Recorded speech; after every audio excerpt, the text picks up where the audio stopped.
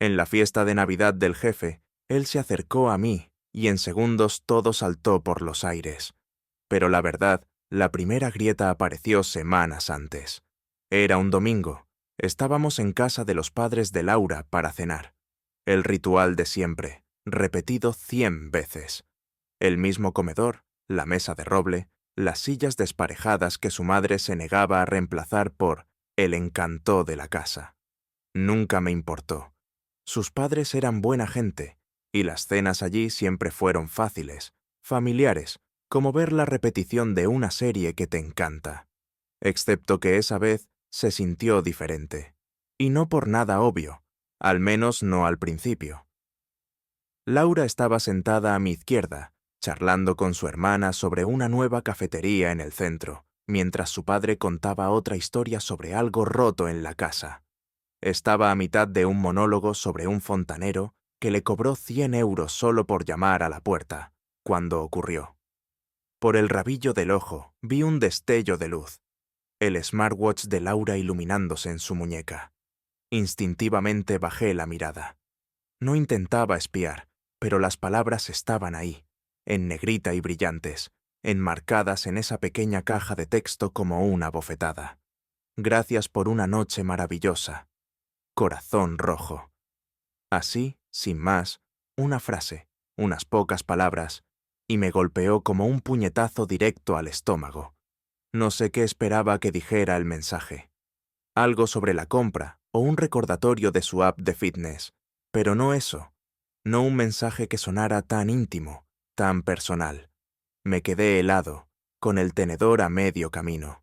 Aún podía oír a su padre hablar. Aún sentía el zumbido de la charla en la habitación, pero de repente fue como si estuviera bajo el agua. Todo a mi alrededor se atenuó, excepto las palabras parpadeando en mi cerebro una y otra vez.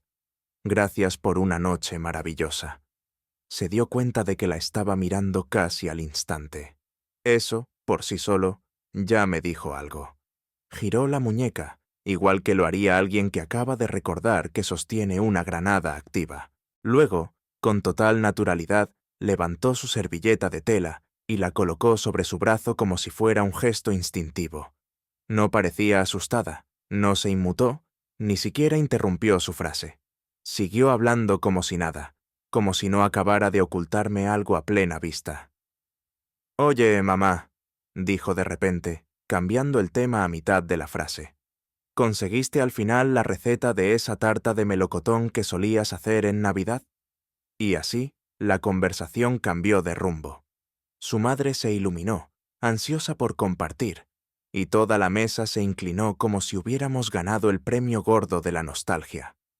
Todos olvidaron la historia del fontanero. La energía volvió. Las risas se reanudaron. Y Laura se quedó sentada allí, sonriendo, asintiendo, en completo control. Excepto yo. Yo estaba allí, con el pecho apretado, un trozo de pollo en el tenedor, preguntándome si alguien más vio lo que yo vi. Pero, por supuesto, no. ¿Por qué lo harían? Nadie más la observaba tan de cerca. Nadie más tenía motivos, excepto que ahora yo sí los tenía. Forcé una risa ante algo que dijo su hermana, asintiendo, masticando una comida que de repente sabía a cartón. Hice una broma tonta cuando su padre mencionó el precio de las tuberías de cobre. Laura se inclinó y me tocó el brazo de esa manera familiar y afectuosa que siempre tuvo. Pero ya no se sentía afectuoso. Se sentía estratégico. Como una señal, una distracción. Quizás estaba pensando demasiado. Es lo que me repetí el resto de la cena. Probablemente no es nada, solo un malentendido, un mensaje de una amiga o alguien del trabajo siendo extrañamente familiar. Laura siempre tuvo amigos, hombres, compañeros de trabajo, colegas del gimnasio. Era extrovertida, sociable, encantadora. Eso fue parte de lo que me atrajo de ella. Pero aún así, ¿quién termina un mensaje a una mujer casada con «Gracias por una noche maravillosa» y un emoji de corazón? Repasé el momento una y otra vez, buscando en su rostro algo. Nerviosismo, culpa, cualquier cosa que la delatara. Pero estaba tan tranquila como siempre, bebiendo su vino, participando en charlas triviales como si nada. Eso me inquietó más que el propio mensaje. Tras la cena, ayudamos a recoger. Laura se ofreció a fregar los platos con su madre, y me quedé a solas con su padre en el salón. Estaba viendo los mejores momentos de un partido de fútbol, intentando meterme en una conversación sobre una falta. Asentí, respondí cuando fue necesario, pero mi mente no estaba allí. Seguía en el comedor, en su muñeca. No dejaba de pensar en el momento, en la redacción. Una noche maravillosa. Eso implica algo, ¿verdad? Algo ya terminado, algo reciente, memorable. Y no sonaba como un mensaje de alguien agradeciendo casualmente por sujetarle la puerta o invitarla a una copa. Cuanto más lo pensaba, más me carcomía. Volvimos a casa en un silencio casi absoluto. Traté de actuar normal. Le pregunté si quería parar a por un postre, aunque no me apetecía. Ella sonrió, dijo que estaba demasiado llena, y estiró la mano para apoyarla en mi pierna mientras esperábamos en un semáforo. «Ha sido una noche agradable, ¿verdad?», dijo. Asentí. «Sí, ha estado bien ver a tus padres». No dijo nada más, solo apretó suavemente mi rodilla y miró por la ventana. La observé por el rabillo del ojo, preguntándome si se daría cuenta de que algo en mí había cambiado, que ya no estaba relajado, ni era ingenuo, ni estaba ciego. Cuando llegamos a casa, subió directo a ducharse. Me quedé abajo fingiendo revisar mi correo electrónico mientras esperaba oír el agua correr. Cuando lo hizo, me senté en el sofá con el teléfono en la mano, mirando al techo como si pudiera tener respuestas. No miré su teléfono, no espié, no indagué, no exigí una explicación. Todavía no. Me dije que eso me convertiría en el marido paranoico, que necesitaba más que un mensaje vago y una corazonada antes de sacar conclusiones. Pero la verdad es que ya estaba cayendo en picado. Ese mensaje tiró de un hilo suelto y podía sentir cómo las costuras de nuestra relación comenzaban a tensarse. Quería creer que había una explicación inocente, que simplemente se había olvidado de contarme algo inofensivo, que se reiría y lo explicaría si alguna vez se lo mencionaba. Pero no pregunté porque tenía miedo de la respuesta.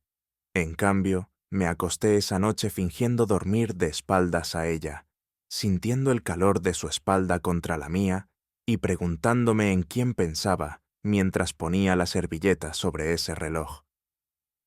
Después de esa cena en casa de sus padres, todo empezó a parecer diferente.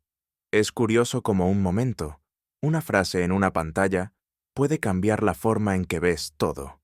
Las cosas que antes parecían normales, incluso reconfortantes, de repente se sentían fuera de lugar, como entrar en tu propia casa y darte cuenta de que alguien ha estado moviendo los muebles, centímetro a centímetro. No lo suficiente como para notarlo al principio, pero lo suficiente como para que al final nada parezca estar donde debería. Esa noche plantó algo en mí. Una sospecha, sí, pero más que eso, una necesidad de entender qué estaba pasando realmente. No empecé a investigar de inmediato. No quería convertirme en ese tipo paranoico, obsesivo, interpretándolo todo, pero no podía evitar que mi mente rebobinara las últimas semanas, reproduciéndolas con otros ojos, y de repente todos esos pequeños momentos empezaron a encajar como la forma en que de la nada a Laura le había dado por hacer ejercicio por las noches. Siempre había sido activa, claro, pero esto era diferente. 3, 4 veces por semana, salía a las 8:30, a veces más tarde, diciendo que necesitaba desahogarse. Afirmaba que se había apuntado a una clase de boxeo para mujeres en un estudio exclusivo del centro. Decía que le ayudaba a despejar la mente, a centrarse. Al principio no le di mucha importancia. Me alegraba que tuviera algo para ella. Incluso me ofrecía ir con ella una vez y se rió diciendo que era cosa de chicas. Pero entonces empecé a notar detalles que no cuadraban. Su bolsa de gimnasio siempre estaba preparada. La ropa dentro nunca parecía usada. Sin marcas de sudor, sin toallas húmedas, los sujetadores deportivos y los leggings que llevaba todavía olían a suavizante cuando volvía. Una o dos veces, incluso cogí la bolsa yo mismo después de que la dejara en la puerta, y era demasiado ligera, como si no la hubiera usado en absoluto, y sus zapatillas también destacaban. A Laura nunca le habían importado mucho las cosas de diseño, pero unas semanas antes apareció con unas zapatillas Hoka nuevas, de un blanco impoluto, limpias como el día que las compró, incluso después de supuestamente haberlas usado durante semanas. Cuando le pregunté por ellas, se encogió de hombros y dijo que las había conseguido en oferta con una tarjeta de regalo del trabajo. No insistí, pero se me quedó grabado. Luego estaba lo del calendario. Siempre habíamos mantenido un calendario digital compartido, codificado por colores, con citas, noches de pareja, listas de la compra, recordatorios para recoger la ropa de la tintorería. Un día, simplemente desapareció de mi teléfono. Pensé que era un fallo técnico. Le pregunté si había cambiado la configuración y me miró con una expresión confusa, como si no supiera de qué le estaba hablando. Debe de haber sido un problema de sincronización, dijo restándole importancia. Pero nunca volvió a aparecer. En su lugar, empezó a usar de nuevo una agenda de papel, algo que no había tocado desde la universidad. A veces la veía en la encimera de la cocina, medio cubierta por una revista o abierta junto a su portátil. Eché un vistazo una vez que ella no estaba en la habitación y todas sus anotaciones eran vagas. Reunión, gimnasio, cena, preparación.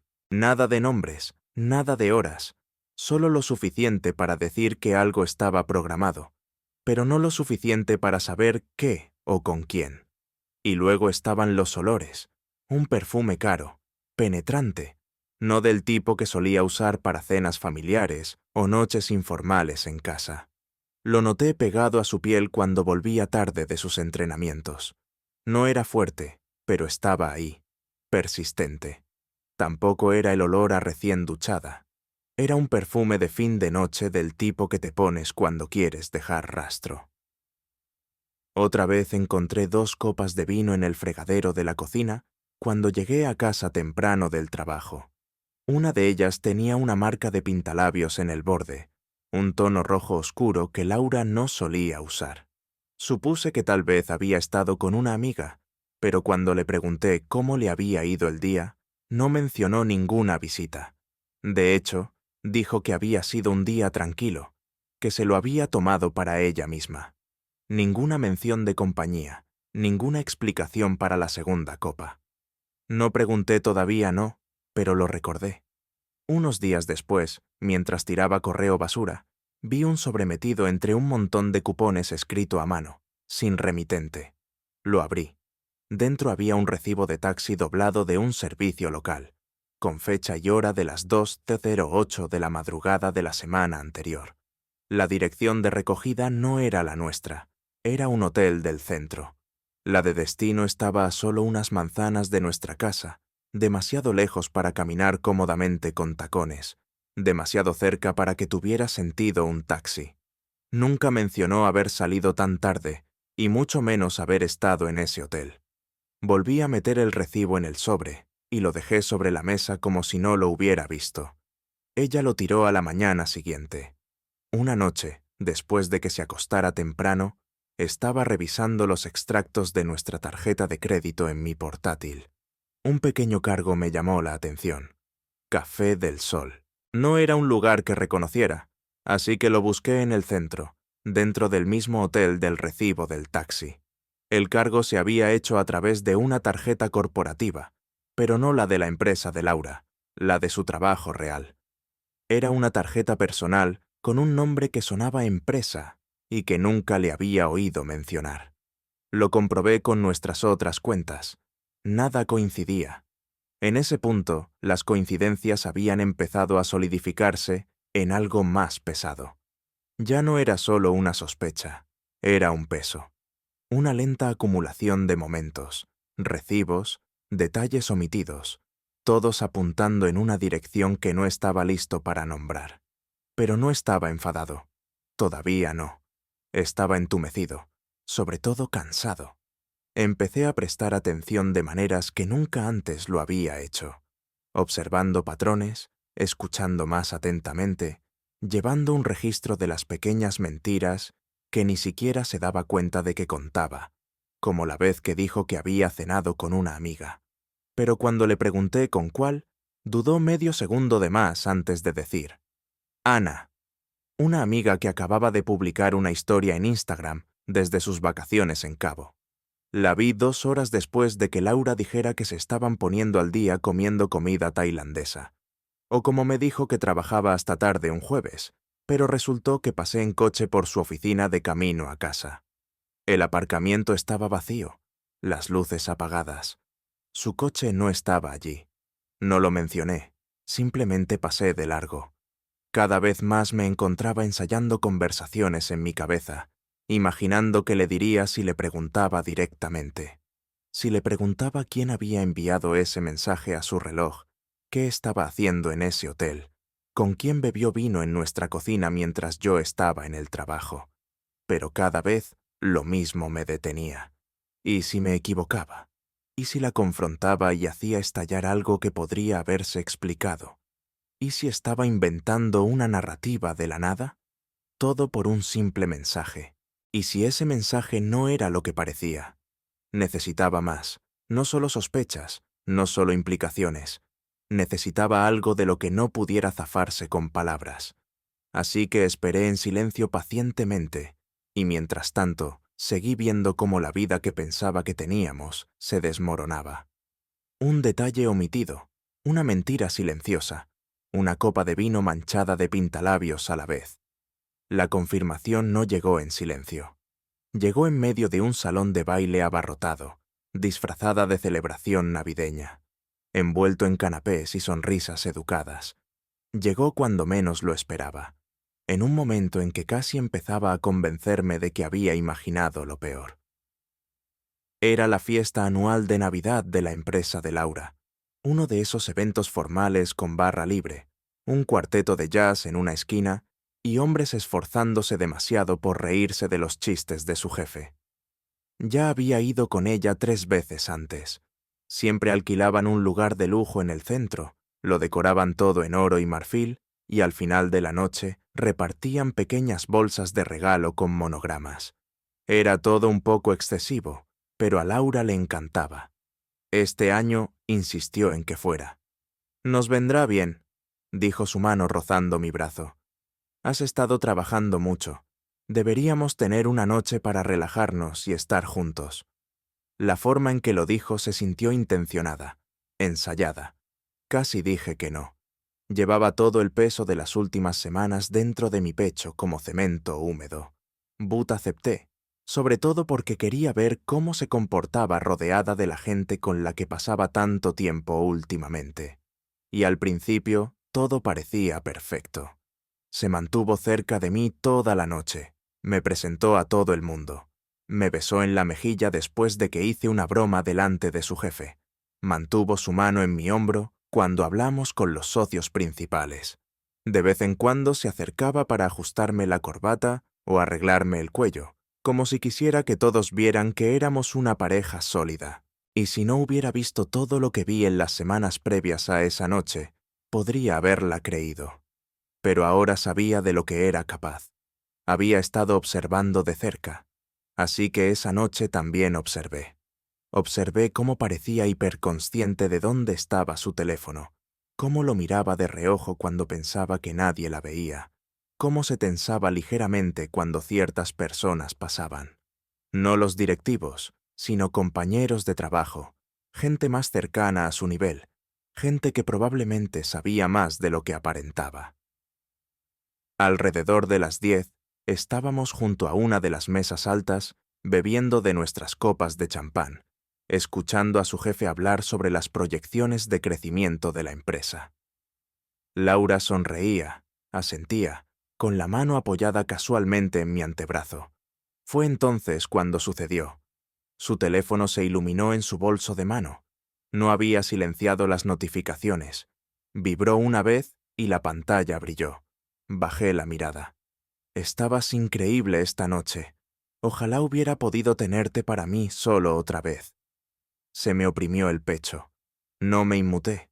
No dije una palabra. Simplemente me quedé allí congelado en el tiempo, mientras su compañero de trabajo, alguien a quien acababa de dar la mano 10 minutos antes, estaba al otro lado de la sala fingiendo no mirar en nuestra dirección. Laura ni siquiera reaccionó de inmediato, pero cuando vio hacia donde miraban mis ojos, vio la pantalla todavía encendida. Lo supo. Retiró la mano de mi brazo. La sonrisa en su rostro vaciló por un instante, apenas lo suficiente para que alguien más lo notara, pero yo lo vi. Luego parpadeó. Pasó un segundo y se inclinó como si fuera a susurrarme algo dulce al oído, apoyando su mano en mi espalda. «No montes una escena», dijo en voz baja, casi mecánicamente. «Por favor». No era una pregunta, ni siquiera era miedo. Era control. Me aparté un poco, todavía en silencio, todavía tranquilo. Se volvió hacia el grupo, se rió de algo que dijo su jefe, y durante los siguientes 30 minutos nadie habría adivinado que algo había pasado. Estaba impecable, sonriente, participativa, cortés, la anfitriona perfecta, la esposa perfecta, pero el daño estaba hecho. La gente se dio cuenta. Podía sentirlo en la forma en que algunos de sus compañeros de trabajo evitaban el contacto visual, en la forma en que dos mujeres junto a la barra susurraban entre sí mientras miraban en nuestra dirección. Una de ellas miró su propio teléfono y luego de nuevo a Laura. Y fue entonces cuando lo entendí. No fui solo yo quien vio el mensaje. Otras personas también lo habían visto. Su teléfono se había iluminado en el peor momento posible, o quizás en el mejor, según se mire. La pantalla había estado ligeramente inclinada hacia afuera, no cubierta como de costumbre, y el mensaje no era vago. No era algo que pudiera hacer pasar por una mala interpretación. Era específico, íntimo, en tiempo pasado.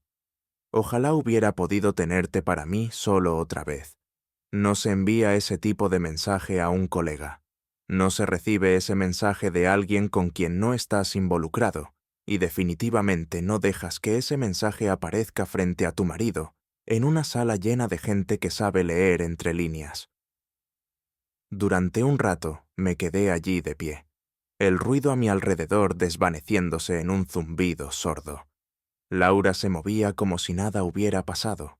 Conversaba, reía, brindaba, pero de vez en cuando la sorprendía lanzándome miradas furtivas, miradas rápidas, calculadoras, midiendo, preparándose. Esperaba a ver si yo explotaría, pero no lo hice. Sonreí cuando fue necesario. Asentí cuando la gente me hablaba. Incluso le di la mano al hombre que estaba casi seguro de que había enviado el mensaje. La forma en que me apretó la mano con demasiada fuerza desvió la mirada demasiado rápido. Quise decir algo allí mismo, pero no lo hice porque ya no era necesario. Esto ya no era una sospecha, no era especulación, ni paranoia, ni instinto. Era una prueba innegable, fea y pública. Había sido tan cuidadosa, tan calculadora durante todas esas semanas, borrando sus huellas, manejándome, organizando nuestra vida para que pareciera intacta. Y todo lo que se necesitó fue un segundo de descuido, un mensaje de alguien que olvidó las reglas. La imagen que había construido de nosotros, de ella, se estaba desmoronando ante sus ojos, y ella lo sabía. Cuando finalmente salimos de la fiesta, el aire exterior era gélido, de ese frío que atraviesa la lana y los huesos. Se ajustó el abrigo y caminó un paso por delante de mí hacia el coche. «Sé lo que viste», dijo finalmente, abriendo la puerta sin mirarme. No respondí. Me deslicé en el asiento del copiloto, dejando que el silencio se instalara entre nosotros como niebla en un lago. Arrancó el coche. La calefacción se encendió. «¿Puedo explicarlo?», dijo agarrando el volante como si pudiera alejarla de todo. Miré por la ventanilla. «No es necesario», dije en voz baja. Entonces me miró solo por un segundo. Sus ojos estaban brillantes, pero su rostro seguía compuesto, sin lágrimas. Todavía no. No quería que pasara así, susurró. Pero pasó, dije, y eso era todo lo que importaba. No hablamos durante el resto del trayecto. Vi la ciudad pasar borrosa, brillante e indiferente. Mantuvo los ojos en la carretera con los nudillos blancos contra el volante de cuero. Cuando llegamos a casa, subió directamente. Me senté en el sofá en la oscuridad, todavía con el abrigo puesto, el corazón todavía latiendo con fuerza. La bolsa de regalo de la fiesta estaba en el suelo junto a mis pies, con la cinta dorada todavía cuidadosamente atada. Dentro un sacacorchos con monograma y una tarjeta escrita a mano por un año exitoso y por colaboraciones aún mejores. La tiré a la basura sin pensarlo 2 veces, porque cualquier colaboración que Laura y yo hubiéramos construido había terminado esta noche. La mañana después de la fiesta de Navidad, Laura hizo tortitas. Bajé esperando silencio, distancia, tal vez incluso que me evitara. Pero en lugar de eso, allí estaba ella, descalza en la cocina haciendo tortitas como si nada hubiera pasado. El aroma a vainilla y mantequilla llenaba el aire. Había puesto una lista de reproducción, algo suave y acústico, y la luz del sol que entraba por la ventana de la cocina casi hacía que la escena pareciera pacífica, pero todo lo que yo podía sentir era estática. «Buenos días», dijo como lo hacía cualquier otro día. «Hice tus favoritas». No sonaba nerviosa. No actuaba como alguien que había sido expuesta menos de 12 horas antes, en una sala llena de sus compañeros de trabajo. Se movía como si todo fuera normal, tarareando con la música, apilando tortitas en platos con pequeños rizos de mantequilla entre ellas. Me quedé en el umbral, observándola como si fuera una extraña viviendo en mi casa. Después de unos segundos, miró por encima del hombro. «El café está recién hecho. ¿Quieres?» No respondí. Me acerqué a la encimera y me serví una taza. El silencio entre nosotros era lo suficientemente fuerte como para ahogar la música. Deslizó un plato frente a mí en la isla y se sentó enfrente, masticando su comida lentamente, como si no fuera el desayuno más pesado del mundo. Ninguno de los dos mencionó el mensaje, ni la fiesta, ni la expresión de mi cara cuando lo vi. En su lugar, preguntó si había visto el pronóstico del tiempo, y así es como empezó la surrealista fase posterior a la revelación. Laura no se retiró, no lloró, ni suplicó, ni se desmoronó como imaginé que podría hacerlo. En lugar de eso, se aferró con más fuerza a la normalidad. Se apoyó en las rutinas como una mujer que creía que si actuaba como si nada estuviera mal, nada lo estaría. Hacía cenas. Me preguntaba por mi día. Traía flores a casa. Incluso empezó a ver las series que a mí me gustaban, aquellas de las que antes ponía los ojos en blanco. Todo era demasiado limpio, demasiado controlado, como si estuviera montando una actuación para un público de una sola persona. Y yo era el único en la sala que sabía que era una mentira. Cada gesto que hacía se sentía estudiado. Cada momento de afecto parecía una disculpa sin palabras. Pero yo no quería gestos. No quería que cocinara para mí. No quería oír hablar de los objetivos de su equipo para el 4º trimestre o de qué compañero de trabajo había sido ascendido. Quería la verdad y no la versión cuidadosamente empaquetada. Quería la verdad humana, fea e incómoda. Quería que se sentara frente a mí y lo admitiera. Sin actuaciones, sin maquillaje, sin distracciones, solo la verdad, cruda y sin ensayar. Pero nunca me la dio, así que dejé de preguntar. Las noches se convirtieron en lo peor. Todavía compartíamos cama, pero la distancia entre nosotros crecía centímetro a centímetro. Ella dormía de lado, acurrucada, de espaldas a mí. Yo me quedaba boca arriba, mirando al techo como si pudiera ofrecer alguna claridad. Oía cómo cambiaba su respiración cuando pensaba que me había dormido. A veces se giraba un poco, como si quisiera alcanzarme, pero no podía decidir si eso mejoraría o empeoraría las cosas. Siempre empeoraba. Una noche llegué tarde a casa del trabajo. Había tomado el camino más largo solo para despejarme la cabeza. Cuando entré por la puerta, la casa olía a lavanda y velas. Había música sonando de nuevo. Ya esta vez, un asado reposaba en la encimera cubierto con papel de aluminio. Laura apareció en el pasillo con un vestido negro que no le había visto en años. Se había rizado el pelo. Se veía hermosa de la manera en que alguien lo hace cuando se esfuerza demasiado por no parecer desesperado. Pensé que podríamos tener una noche agradable, dijo sonriendo. Solo nosotros. La miré durante un largo segundo. Luego colgué mi abrigo y dije, no tengo hambre. Su rostro no se descompuso. No exactamente, pero algo en su postura cambió. La forma en que sus hombros se tensaron, la forma en que su sonrisa se suavizó hasta volverse frágil. No discutió, simplemente asintió y empezó a guardar la comida como una anfitriona que recoge después de que los invitados nunca llegaran. A la mañana siguiente dejó una nota en la nevera. Que tengas un buen día, pensando en ti. Intentaba borrar lo que había pasado con esfuerzo y apariencias, como si suficientes sonrisas y buen comportamiento pudieran revertir la verdad. Pero la cuestión es que una vez que ves las grietas, ya no puedes dejar de verlas. Una vez que el cristal se rompe, no importa con cuánto cuidado intentes volver a unirlo. Nunca vuelve a ser la misma ventana. Cada día después de eso, sentí que vivía con una versión de ella que había sido construida en pánico, como si se hubiera puesto un disfraz hecho de todas las cosas que creía que una buena esposa debía ser, esperando que no mirara demasiado de cerca las costuras. Pero yo miraba. Noté cómo su teléfono nunca se separaba de ella, cómo sus mensajes llegaban en silencio con la pantalla siempre boca abajo.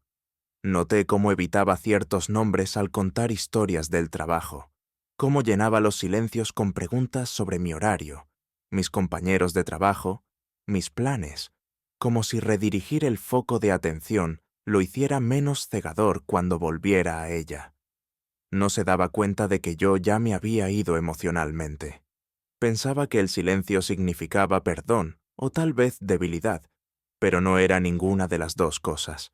Era observación. No estaba enfurruñado, estaba documentando. Una noche llegué a casa y la encontré en el salón mirando fotos antiguas en la televisión. Nosotros en Cancún, nosotros en la boda de mi hermana, nosotros en la cabaña que alquilamos aquel invierno en Bariloche.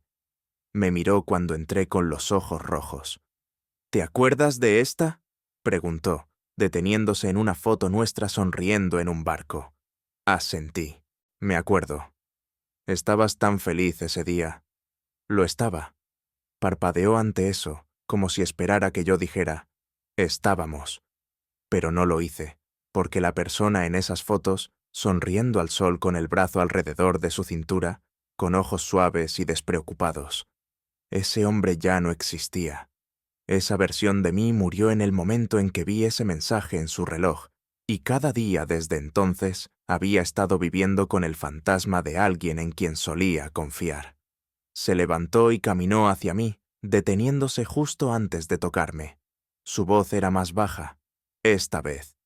Sé que te hice daño. Permanecí en silencio. Solo quiero arreglarlo, dijo. No puedes, respondí. Abrió la boca para decir algo, pero la volvió a cerrar. Bajó la mirada al suelo, y entonces, por primera vez, finalmente preguntó, ¿vas a dejarme? No respondí, no porque no lo supiera, sino porque sí lo sabía. Y ese fue el primer momento honesto que habíamos compartido en semanas. Después de esa noche en el salón, después de que su pregunta quedara suspendida en el aire como humo, dejé de fingir. No le dije que me iba todavía, no. No salí furioso, ni hice las maletas, ni lancé acusaciones. Eso le habría facilitado interpretar el papel de la esposa herida, y honestamente no me interesaba darle ese tipo de claridad. En su lugar, me sumí en el silencio. El tipo de silencio que no es pasivo, sino vigilante, concentrado. Empecé a recopilar. Al principio solo eran fragmentos cabos sueltos que había notado, pero sobre los que no había actuado. Pero ahora cada inconsistencia se convirtió en un hilo que seguía hacia atrás.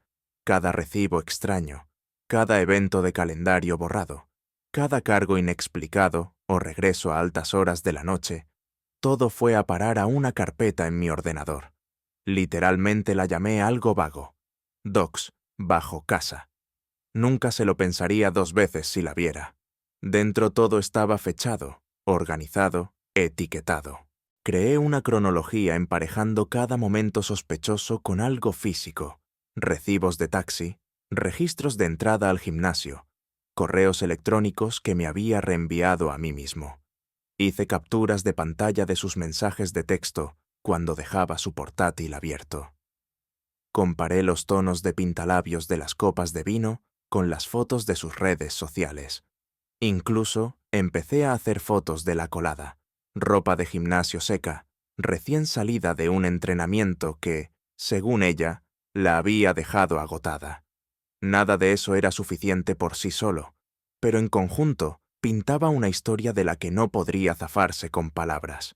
Ya no se trataba de pillarla, se trataba de claridad. Necesitaba verlo todo expuesto, claro e indiscutible. No por ella, por mí, porque una parte de mí todavía quería creer que había alguna versión de los hechos que tuviera sentido, que esto no era una traición, solo un malentendido. Pero con cada nueva entrada, esa ilusión se desvanecía y algo dentro de mí cambió. El dolor no desapareció, se calcificó, se endureció en algo más frío, más afilado. Dejé de revivir esa noche en la fiesta. Dejé de preguntar por qué. Empecé a preguntar cómo, cuándo y qué sigue. No hablé con nadie, ni con mis amigos, ni con mi familia. No podía soportar la vergüenza. Todavía no, porque una vez que lo dices en voz alta, se vuelve real. No puedes desdecirlo. No puedes volver a fingir. Así que me quedé en silencio y seguí construyendo el registro. Revisé antiguos extractos financieros y encontré cargos recurrentes de un servicio de coche privado. No Uber ni Cabify, sino un chofer particular de lujo que nunca había mencionado. Un viaje comenzaba en el gimnasio donde entrenaba y terminaba en un rascacielos residencial de la ciudad. Busqué la lista de inquilinos del edificio en Internet. Algunos nombres coincidían con sus compañeros de trabajo. Uno de ellos era un tipo que recordaba de la fiesta. Le había dado la mano. Había mirado a Laura durante medio segundo de más. Esa fue la noche en que me dijo que estaba siendo paranoico. Empecé a observarla de cerca, no como un acosador, no como un marido celoso, más bien como un investigador, documentando las etapas finales de algo que una vez estuvo vivo. Ella no se dio cuenta. Estaba demasiado ocupada actuando. Sonreía más. Reía más fuerte. Empezó a cocinar con ingredientes que a mí me gustaban usando recetas que no había tocado en años. Una noche, incluso sacó un viejo juego de mesa al que solíamos jugar cuando nos mudamos juntos por primera vez. Lo encontré en el armario del pasillo, dijo, sosteniéndolo como una ofrenda de paz. ¿Recuerdas esto? Sí, también recordaba la última vez que jugamos hace 4 años, borrachos de vino en el suelo, antes de que todo esto comenzara. Ahora nos sentamos a la mesa como 2 extraños, recreando un recuerdo. Se rió cuando gané. Yo no le devolví la risa. A la mañana siguiente me envió un mensaje de texto durante el trabajo. Anoche parecías más feliz. Espero que estemos avanzando. No respondí. En su lugar abrí la hoja de cálculo que había creado. Registro pruebas LB y añadí una nueva entrada. 12 de diciembre. Intento de reinicio emocional a través de la nostalgia, escenificación posconflicto, porque eso es lo que era. No era curación, no era remordimiento, era una puesta en escena. En algún momento, esto dejó de ser sobre la traición y empezó a ser sobre la actuación. Ni siquiera estaba seguro de si Laura sabía dónde terminaba la verdad y dónde empezaba la mentira. Todo se mezclaba en la forma en que organizaba cuidadosamente nuestra vida. Flores en la cocina, sonrisas a la orden, silencio selectivo cuando las cosas se ponían demasiado reales. No sabía que ya había empezado a hablar con un abogado. Encontré uno a través de una referencia, alguien discreto pero astuto. Concerté una cita durante un falso día de formación de equipo que programé para mí. Ella pensaba que estaba en un taller al otro lado de la ciudad. En realidad estaba sentado frente a un hombre que revisó mi carpeta. Asintió lentamente y dijo: «Tienes más que suficiente». No sonreí, solo le pregunté qué venía después. «Construye la cronología», dijo. «Cuando estés listo, nos moveremos». «¿Se lo digo a ella?», pregunté. «Eso depende de ti», respondió. «Pero mi consejo es que termines la preparación primero y luego dejes que los hechos hablen por sí mismos». Así que lo hice. Cada noche, después de que ella se acostara, me quedaba despierto y ordenaba las pruebas como si estuviera montando una exposición. El declive y la caída de un matrimonio. Etiqueté cada sección: digital, financiera, física, psicológica. Añadí contexto. Incluso incluí sus propias palabras, pequeñas citas de mensajes de texto y correos electrónicos de esas que probablemente pensó que eran ingeniosas o inofensivas en su momento. No lo eran. Eran ladrillos en un muro que ella había construido entre nosotros. Y ahora yo estaba trazando cada piedra. Ella notó la distancia. Por supuesto, intentó llenarla con afecto, pequeños regalos, calidez, pero para entonces todo se sentía artificial, como encender velas en una casa que ya se había quemado. Una noche volví a llegar tarde del trabajo. Esta vez de verdad entré y la encontré dormida en el sofá con el portátil abierto, Spotify todavía sonando suavemente. Parecía tranquila, casi inocente, y por un breve segundo sentí que algo tiraba de mí, un viejo reflejo, el que solía hacerme cubrirla con una manta, besarle la frente, llevarla a la cama. Pero no me moví. Me quedé allí observándola. Se movió un poco mientras dormía, murmurando algo en voz baja. Un nombre tal vez o un fragmento de un sueño. No pude distinguirlo. Pasé de largo, subí y abrí la carpeta de nuevo.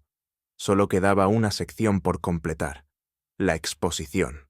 El momento en que todo lo que había construido, cada recibo, cada foto, cada palabra saldría a la luz. No sabía exactamente cuándo sucedería, pero sabía que sería pronto, y cuando ocurriera no habría gritos ni acusaciones, solo hechos. Y el silencio que seguiría sería el suyo para llenar. En el siguiente evento de la empresa no discutí, no acusé. Simplemente le entregué la carpeta con las fotos, los recibos, las marcas de tiempo al director de recursos humanos y me marché. Laura me vio desde el otro lado de la sala, sonriendo, sin saber nada. Entonces su jefe la apartó. Su expresión se quebró. No intercambiamos palabras, no hacían falta. La verdad habló más fuerte de lo que yo jamás podría haberlo hecho. Nuestro hogar se convirtió en un museo de hábitos. Ella siguió cocinando, riendo, fingiendo, pero la calidez se había ido. Yo no luché ni perdoné. Me dejé llevar, emocionalmente mudo. Las noches eran silenciosas, los días eran protocolarios. Ya no estaba enfadado, simplemente había terminado. Su traición ya no era una herida, solo un hecho, un antes y un después. Una noche buscó mi mano. No me moví. No lo volvió a intentar.